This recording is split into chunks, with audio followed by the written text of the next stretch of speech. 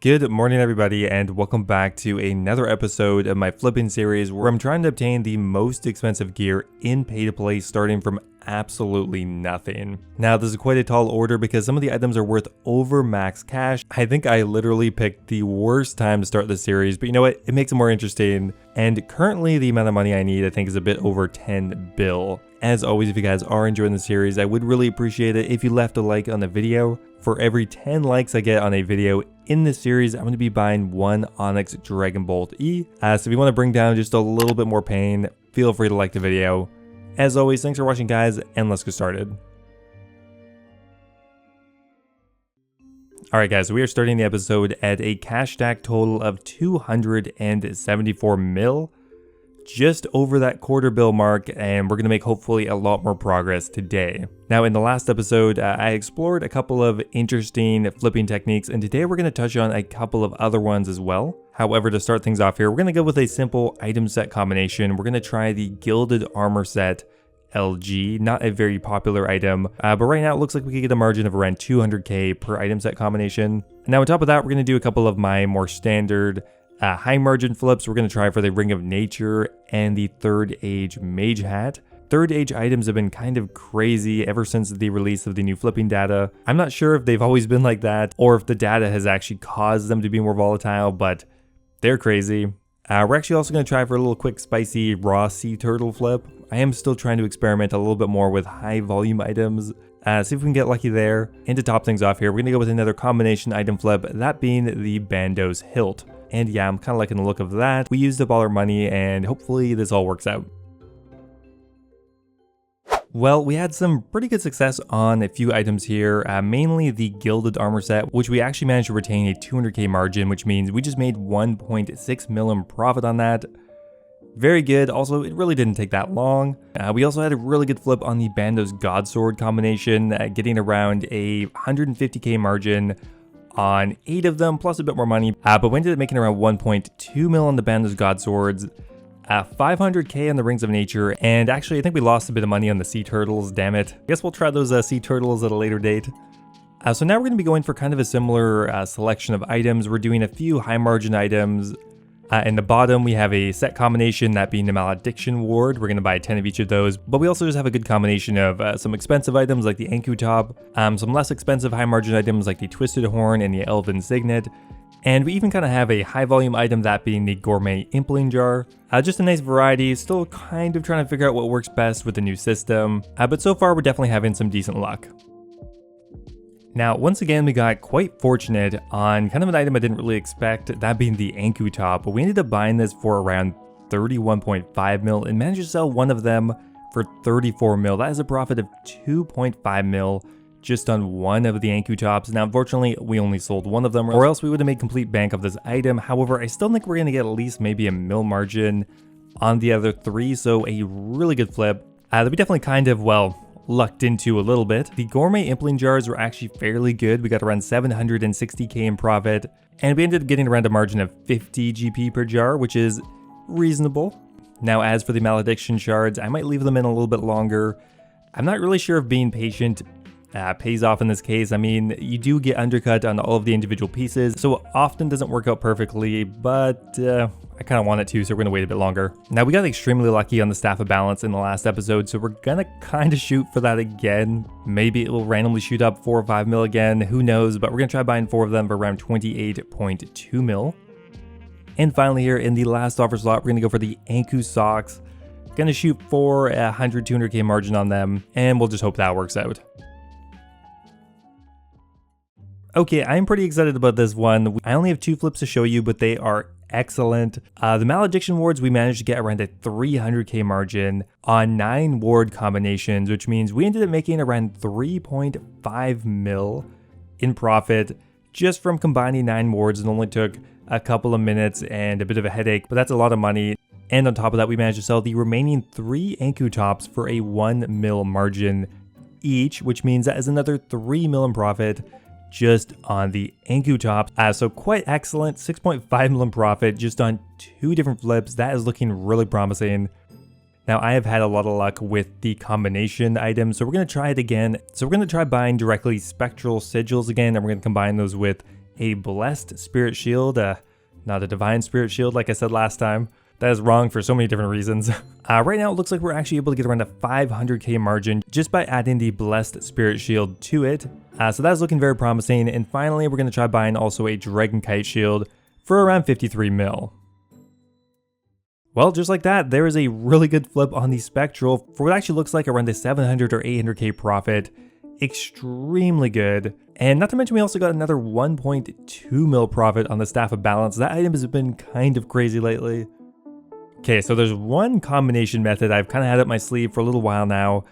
Now that is going to be making Dragonfire wards. It's really easy to do. All you have to do is buy skeletal visages from the Grand Exchange. They actually buy and sell fairly quickly. Even though they're a rare drop, they are from Vorkath, and there's just so many Vorkath kills going on per hour. All you have to do is combine it with an anti-fire shield and you're in business. As easy as that. Look, we already bought another one. Right now the margin isn't amazing. However, I would honestly do it for a break-even profit because every time I do it, I get 2,000 smithing experience, which you know is kind of useful for my main account. But I'm going to keep trying and I think eventually we're going to get a good margin with that. Now, another really interesting idea for a flip is actually creating unfinished potions. Now, normally people wouldn't really associate that with a flip because it takes a long time to create unfinished potions. However, there is actually a woman in the desert who is called Zahur who will do it instantly for you. However, you do have to pay 200 GP per unfinished potion you make, so you have to find something with a fairly significant margin on it. So yeah, we just traded this over to my main account. We ran over here to the desert, and now we have created 9,000 unfinished torsal potions, which right now we are looking to get a margin of around 350 GP.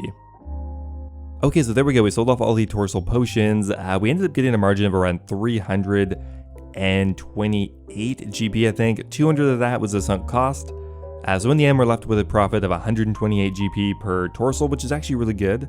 That means we just netted at 1.1 mil in profit. Keep in mind I did transfer over the gold to my main account. So yeah, I'm very impressed with how that worked out. I will definitely keep an eye out in the future for other opportunities like that. For example, now we're actually looking at the Cadentine blood potion.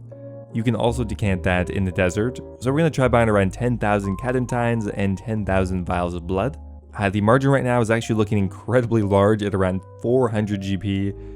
And yeah, I just gotta say, I've had a lot more luck recently doing these fun little combination flips than just trying to straight up brute force flip items. So we're gonna try combining the skeletal visages, the Cadentine blood potion, the Armadyl god sword, and maybe even a barrows repair. We're just kind of doing a little bit of everything here, but it looks pretty promising to me. Alright, so I kind of abandoned ship on the Cadentine blood potion combination, but we still ended up actually making a fair bit of money, mainly because the vials of blood went up, and it actually just made more sense to sell them back directly. So we ended up still making around 600k in profit on the vials of blood. A few other items we ended up losing a bit of money on. The Armadyl god sword we lost around 640k on. However, on the Dragonfire wards we are getting 200k in profit, which means we're going to get around 1.6 mil on that. Well, to summarize here, it's a bit of a mixed bag. However, after selling everything off, we are now up to 290 mil, getting very close now to that 300 mil milestone. Okay, so once again, we're kind of continuing on with some of the more fun flips here. Once again, I'm going to try to combine the Cadentine potions. We're also going to try buying the Wyvern visage, so maybe we could manage to make the Ancient Wyvern shield. We're thinking of maybe dismantling some lower items, just kind of a bit of everything. Alright, so what I'm actually going to be settling on right now is going to be crushing some superior dragon bones. So once again, you can do this by hand. However, a much quicker way to do this is once again to go to Narda, and you can pay 50 GP each to, I think, Wesley. So yeah, all you have to do is use the dragon bones on him, and he will crush them all for you. I would definitely not recommend doing it by hand unless you really need the money. Of course, for the flipping series, that's not really going to fly. So it is 375k to crush an entire buy-in limit, and we'll just trade that back over. So there we go, we ended up selling them off for a margin of just a bit over 100 GP after cost, which means we just made around 930k on that. Quite good for how easy it was, and I would definitely consider doing that again in the future. Now in the Elven Signet, we actually made quite a bit as well. We ended up getting around 1.1 mil on that. Luckily, thanks to Temporos, this item is a bit more volatile and has a much larger margin than normal, which I am definitely happy to capitalize on. Well, look at that, guys. We got a lot of everything. For once, kind of everything I actually managed to buy overnight, which is very rare. Quite a few interesting flips here. Toad Flax, I don't really know what happened there, but we managed to get a margin of 150 nearly. So I ended up making around 900k on that. We made moderate profits on everything else, but on the Staff of Balance, once again, we managed to get a 1.6 mil margin, and after claiming everything, that has brought us up to 294 mil, almost there. We just need a little bit more money. So let's go see if we can do it. Okay, so we're trying quite a few interesting items here. We're going to try the Third Age Robe Top. Third Age items now are really hard to predict. I mean, they are continuing to just go up in price, but for how long, who knows? I'm really struggling to justify buying the Third Age items because a lot of them have doubled or tripled in value already. It seems risky to buy them, but I mean, that's kind of what I thought a month ago as well. So with that in mind, we're going to try buying the Third Age Robe Top. We're also going to try buying the Dragon Kite Shield, and we'll go for a few other items like the Magic Fang, the Cape of Skulls, and we're really just going to use up the rest of our money, and I really hope these work out. Now, throughout much of today and yesterday, I've actually had a fair bit of success dismantling Zulrah items, specifically the Magic Fang. We bought them for 1,910k, and after dismantling them and selling the Zulrah scales, we made around 50k in profit per Magic Fang, so we made about 500k right there. Not too bad. A few other minor flips here. We tried flipping the Cactus Spine, not for much, but like 200, 300k on that. While we take that, we ended up getting around 600k on 2 Elven Signets. The margin on that item recently has been crazy. I don't really know what's going on. I just ended up crushing another 7,500 of the Superior Dragon Bones, which is around another 700k in profit, just like that. So I am pretty happy with that. Now, something I noticed today is that there is an absolutely insane margin from combining the Malediction Ward. I'm actually looking to get a 1 mil profit combining the Malediction Wards. I really don't expect that to work out, but I mean, if we could get all 20 of those, which is very unlikely, that would be, well, 20 mil in profit, just like that. You can always dream. You can always dream, right? Now, unfortunately, no way did I manage to do all 20 of them. We actually only did 3. With that said, though, we still got a 700k margin on it, which means just on 3 of them, we still made 2.1 mil. Incredibly good. It is a bit unfortunate we couldn't get more of those.